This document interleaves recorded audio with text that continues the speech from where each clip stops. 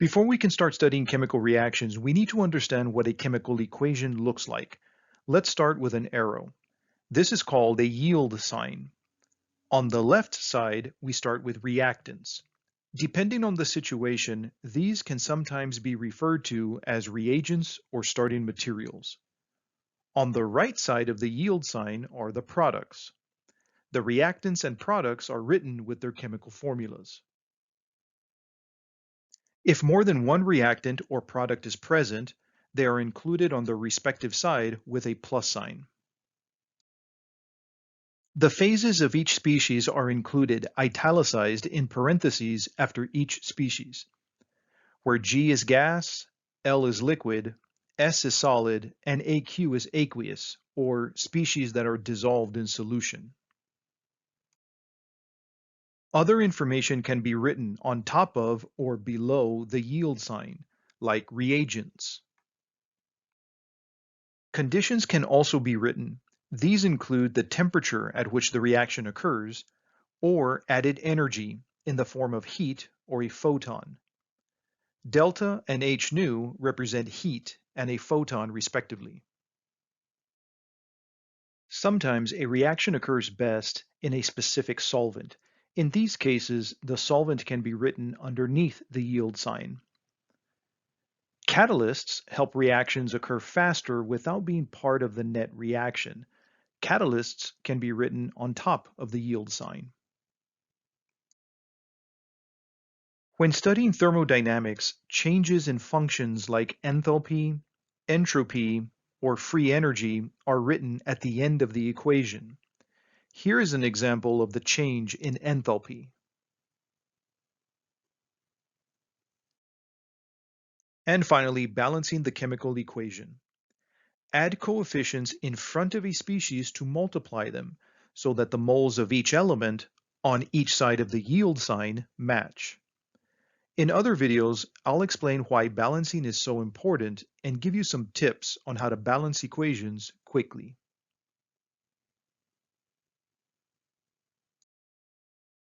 Let's understand why we must balance chemical equations. There are two main reasons. First, the law of conservation. Atoms or moles are neither created nor destroyed in a chemical reaction. Atoms are only rearranged. Therefore, each atom must be accounted for during a chemical reaction. Take the example of methane reacting with oxygen to yield carbon dioxide and water. If you count each element on each side of the yield sign, you'll see that hydrogen and oxygen do not balance.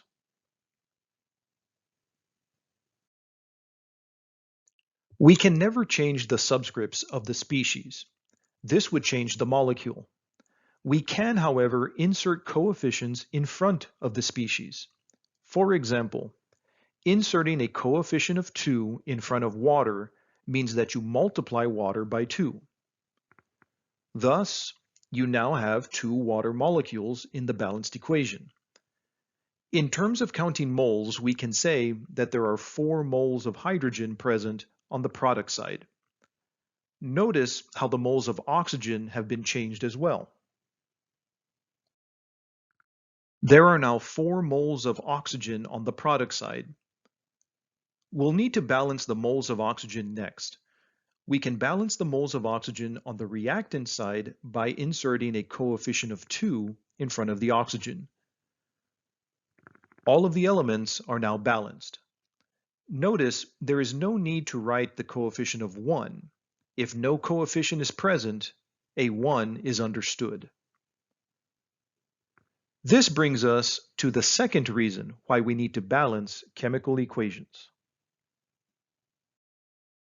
The coefficients in the balanced equation represents the mole ratios of each species in the reaction. This means that the coefficients tell us the exact ratio of moles of species reacting in the equation. If you can understand this concept, you can do any stoichiometry problem. We can read this equation as 1 mole of CH4 reacts with exactly 2 moles of O2 to yield exactly 1 mole of CO2 and exactly 2 moles of H2O. You use these ratios to convert one species to another in a stoichiometry problem. Let's recap. We balance equations to obey the law of conservation. Atoms or moles are neither created nor destroyed in a chemical reaction. Atoms are only rearranged. Thus, we must account for each moles of element. And second, the coefficients in the balanced equation are the stoichiometric ratios. Thus, you can use the ratios to do any stoichiometric conversion. Here are some tips for balancing chemical equations. First, balance pure elements last. Second, when no pure elements are present, balance simple species like H2O last. Third, when present, balance polyatomic ions, not atoms. Let's look at a few examples of each. In an earlier video, I showed the reaction of methane with oxygen to yield carbon dioxide and water. Here, the carbon is balanced, but the hydrogen and oxygen are not. Notice that oxygen on the reactant side is in its elemental form. In other words, oxygen atoms are not bonded to anything else. Only oxygen, O2, is present. Let's balance the O2 last. In this example, since the carbon is already balanced, we can balance hydrogen first. A coefficient of 2 in front of water means you multiply water by 2. There are 2 water molecules. This balances the hydrogen. But the moles of oxygen has changed. There are now 4 moles of oxygen on the product side. We can balance the moles of oxygen on the reactant side by inserting a coefficient of 2 in front of the oxygen. All of the elements are now balanced. Notice there is no need to write coefficients of 1. If no coefficient is present, a 1 is understood. Here is another example of balancing oxygen last. Ethane, C2H6, reacts with oxygen to yield carbon dioxide and water. Similarly, we see that oxygen is in its elemental form. We can balance oxygen last. I'll balance the carbon first by inserting a coefficient of 2 in front of carbon dioxide to balance the carbon. Next, insert a coefficient of 3 in front of water to balance the hydrogen. The carbon and the hydrogen are now balanced. We can balance oxygen next. Notice on the product side, there are 2 carbon dioxides, each having 2 oxygens. This means that there are 4 oxygens from the CO2. There are 3 waters, each having 1 oxygen. This means there are 3 oxygens from the water. There are 7 oxygens total on the product side. There are 2 oxygens on the reactant side.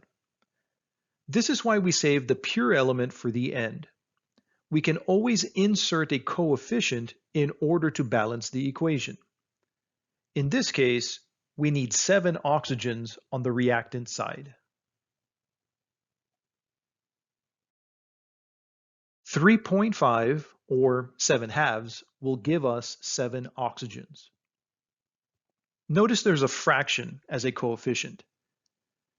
It is customary in general chemistry to report coefficients as whole numbers, so we can multiply all coefficients by a constant to get a whole number. In this example, we'll multiply all coefficients by 2 to get a whole number. The equation is now balanced with whole numbers. Let's consider another example where there aren't pure elements present.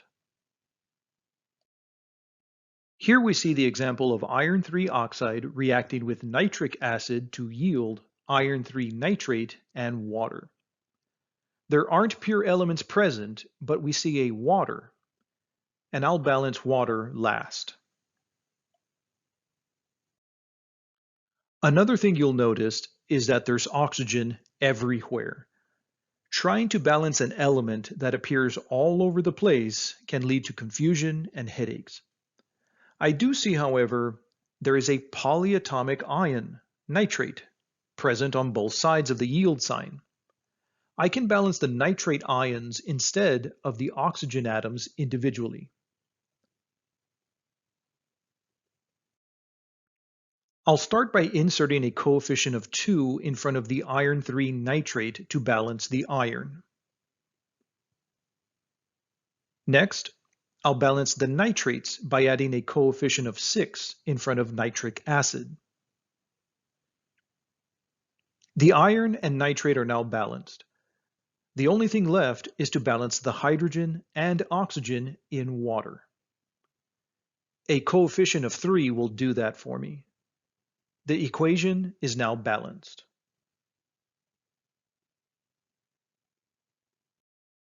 Let's recap. First, balance pure elements last.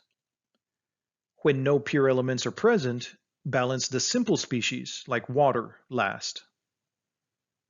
When present, balance the polyatomic ions, not the individual atoms.